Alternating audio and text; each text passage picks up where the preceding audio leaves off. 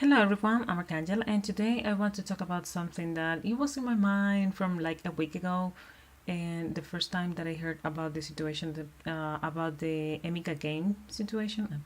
I don't know why people say situation, but for every case that happens in the internet. But anyways, the thing is that it's very interesting because basically people are saying. I mean, people I think is like a little bit divided in the topic because they think that some games should have different policy, like short games you have different policies.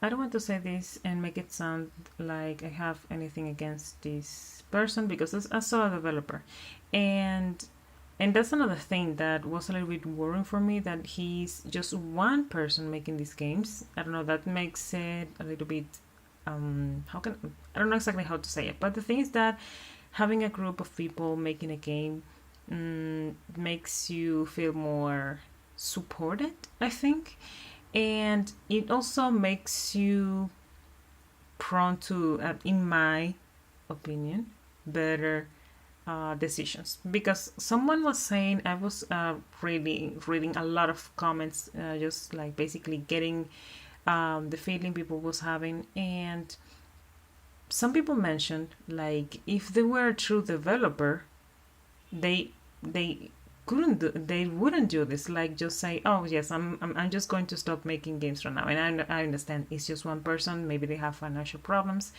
but the thing is that the game just had like 30% of refunds, which can be a lot for some people. But also, I think, I mean, he said that he's going to retire, he's going to take some time to think about the situation. I think it's a good thing. But the thing is that sometimes you have to make decisions thinking in the future. And this is a person that just, and that's another thing that I noticed, and is that this person had like, I think, 3 games, and the 3 games were basically consecutively, one after the other. And I was like, let me check with another. I mean, it's like a small group. I'm not sure, but it's a group of people that make games that is called Chilas Art. I saw that at the beginning they were making games, and they were having very very bad reviews, and I think that's something that can be discouraging for some people. And that's why I say, for example, they have a lot of games right now, and some of them are similar, I think, to Emika games. And it's impressive how Chila's art has been improving, because you can see how people at the beginning had very bad reviews, and then they had mixed reviews, and now they are having good reviews in all of their games, which is positive. And I wanted to compare both situations, because this person now has 3 games, and the 3 games have very good reviews. So for one game that they had bad reviews, yes, maybe that can be off-putting, but you have to think that it's just one situation of maybe many others that can be positive, can be negative, whatever, but it happens. I don't know. I was just thinking about this. People are saying that games should be longer, and that the price is also high for a game that just lasts 1 hour, which I don't know. You can say a lot of things about that, and it's not that I don't think that people should play them for free, but also that also something that you have to take into account is that people sometimes don't know how long the game is. And I think that the developer added now a line that says that the game lasts for about 1 hour. Because that's the other thing. Sometimes people think, oh, maybe this is a long story, so I'm going to buy it. And when they last 1 hour in the game, they think, okay, this is not worth it. I was expecting something else, but I don't know. That's just what I think. I want to talk just a little bit more about the price. And it's something that some people mentioned. And believe me, I've been reading a lot of comments. And some people mentioned that the game shouldn't be $9, 9 or 10, something like that. It should be $2.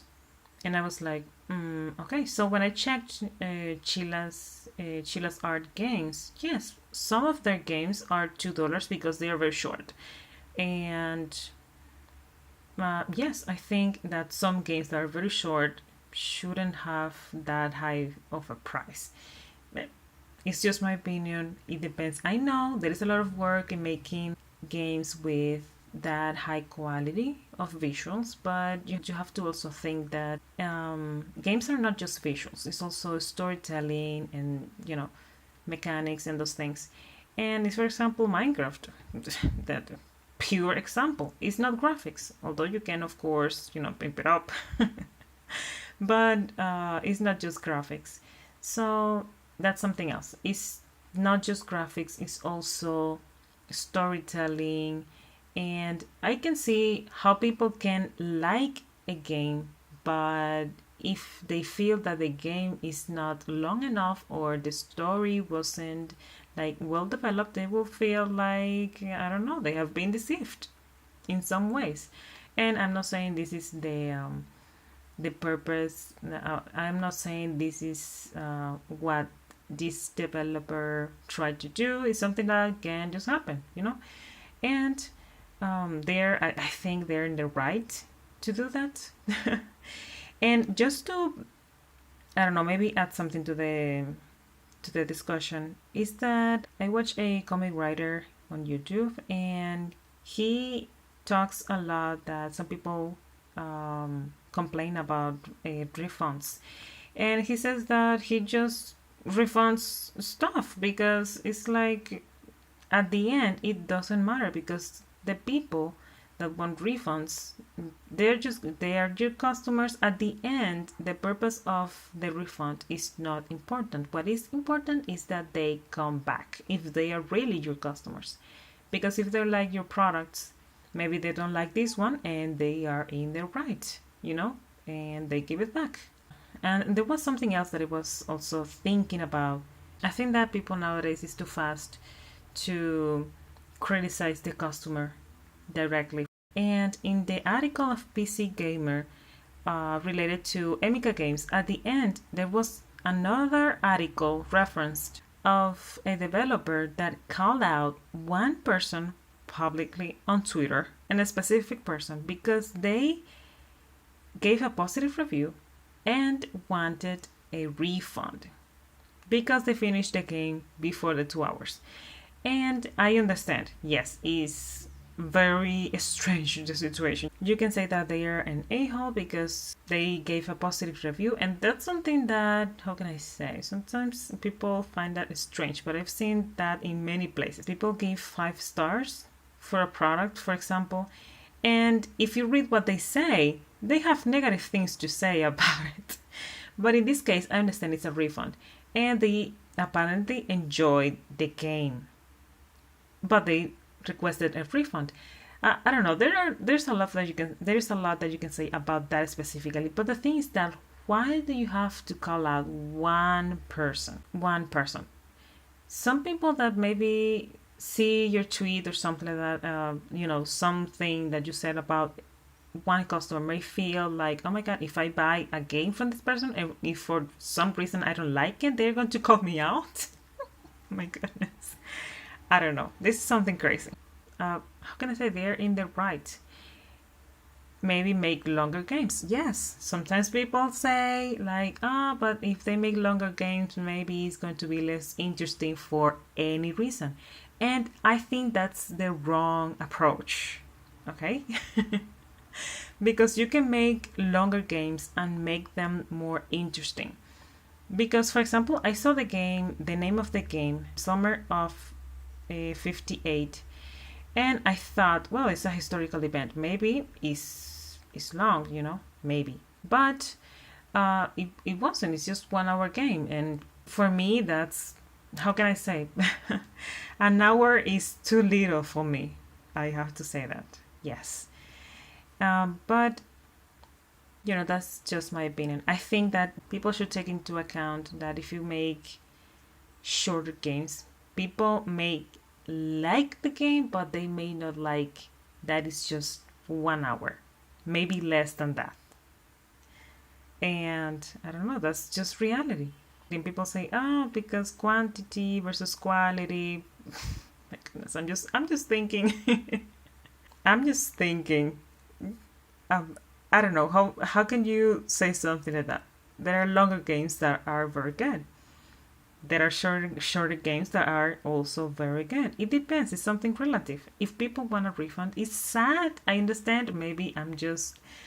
Um, maybe I'm saying something that I'm going to regret at some point. I'm making a comment right now, and I'm going to do it for free. And even though it's free, people complain about it being short. My goodness, it's at the end, people say, yes, customer is not always right, but at the end, it's the customer who's going to decide if he's going to come back or not. So I think that at this point, I've talked too much about Emika games and what happened and refunds and those things. And what I want to share here is not that it's bad or good to have a refund. I think people are in their right to get refunds. I think it's good that people can make a decision like that.